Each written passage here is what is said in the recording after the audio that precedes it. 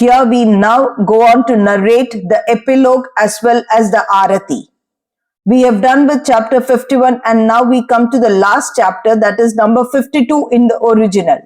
In this, Hemant Pant gives his concluding remarks and promised to give an index giving the contents of all the chapters in verse as is given in Marathi sacred books, but unfortunately that index was not found in Hemant Pant's papers.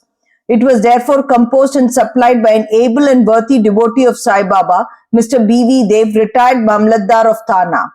As we give in English books an index in the beginning and contents of each chapter at its top, we need not consider the last chapter as index here, and so we consider this chapter as the epilogue.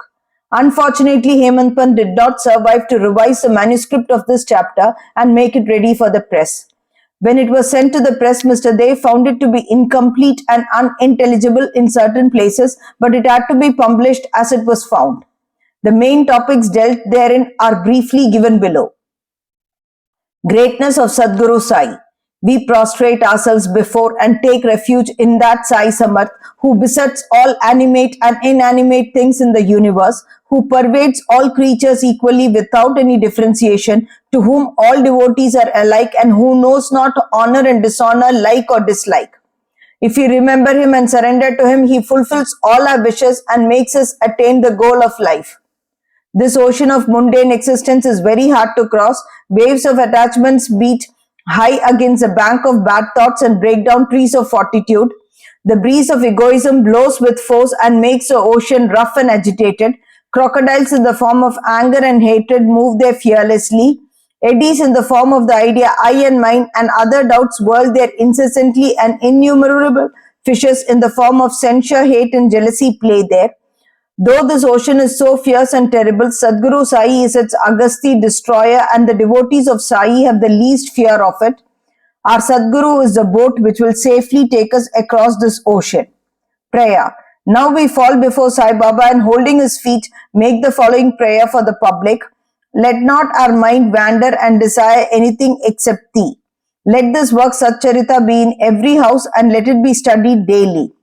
Let it ward off the calamities of those who study it regularly with reverence. Falasruti, reward of study. Now a few words about the reward you get from this work. After bathing in the sacred Godavari and after taking the darshan of the Samadhi in the Samadhi Mandir at Shirdi, you should read or hear the Satcharita. If you do this, all your threefold afflictions will vanish. Casually thinking about the stories of Sai, you will get interested in spiritual life, and if you go through it with love and reverence, all your sins will be destroyed. If you wish to get rid of the cycle of births and deaths, read Sai stories and remember him always and get yourself devoted to his feet. If you dive into the sea of Sai story and then give them out to others, you will get an ever new flavor of them and save the hearers from future misery. If you go on meditating on Sai's form, it will in course of time lead you into self-realization. Always read Sai stories and remember him always and get yourself devoted to his feet. It is very hard to know or realize the nature of self or Brahma, but if you approach through the Sagun Brahma Sai's form, your progress will be easy. If the devotee completely surrenders himself to him, he will lose his individual ego and be merged in him and be one with him as the river becomes one with the sea. If you thus become merged with him in any of the three states, viz. Waking, dream and sleep, you get rid of the bond of sansar. If anybody after bathing reads this with love and faith and completes it within a week, his calamities will disappear, or if he hears or reads it daily and regularly, all his dangers will be warded off. He will get the reward according to his faith and devotion. Without these, there will be no experience of any kind. If you read this with reverence, Sai will be pleased, and by removing your ignorance and poverty will give you knowledge, wealth and prosperity. With concentrated mind, if you read a chapter daily, it will give you unbounded happiness. One who has his own welfare at heart should study it carefully, and then he will remember Sai gratefully and joyfully birth after birth. This work should be read at home, especially on Guru Purnima, Ashada, Full Moon Day, Gokul Ashtami, Ram Navami and Dashara Baba's Punyatithi. If you study this one book carefully, all your desires will be satisfied, and if you always remember Sai's feet in your heart, you will easily cross the Bhava worldly illusion sagar. By its study, the deceased and sick will get health, the poor wealth, the mean and afflicted the prosperity, and the mind will get rid of all futile ideas and get steadiness. Dear devoted readers and listeners, we also bow to you all and make you a special request. Never forget him whose stories you have read day by day or month by month. The more fervently you read or listen to these stories, the more encouragement Sai gives us to serve you and be of use to you. Both the author and the readers must cooperate in this work, help each other, and be happy. Prasad Yachana. We close this with a prayer to the Almighty for the following prasad of favor. May the readers and devotees have complete and wholehearted surrender and devotion at Sai's feet. May his form be ever fixed in their eyes, and may they see Sai the Lord in all beings. Amen. Bow to Sri Sai, peace be to all. We conclude the Sai Sat Charita with the Arati.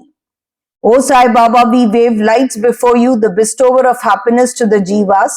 Give us, your servants and devotees, rest under the dust of your feet, burning or destroying desires.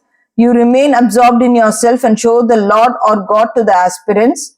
As one feels intently for you, you give him experiences or realizations accordingly. O kind-hearted, your power is such, meditation on your name removes our fear of the sansar. Your method of word is really unfathomable, as you always help the poor and the helpless. In this Kali age, you, the all-pervasive Datta, have incarnated as Sagun Brahma. Ward off the fear of sansar of the devotees who come to you every Thursday so as to enable them to see the feet of the Lord. O God of gods, I pray that let my treasure be the service of your feet.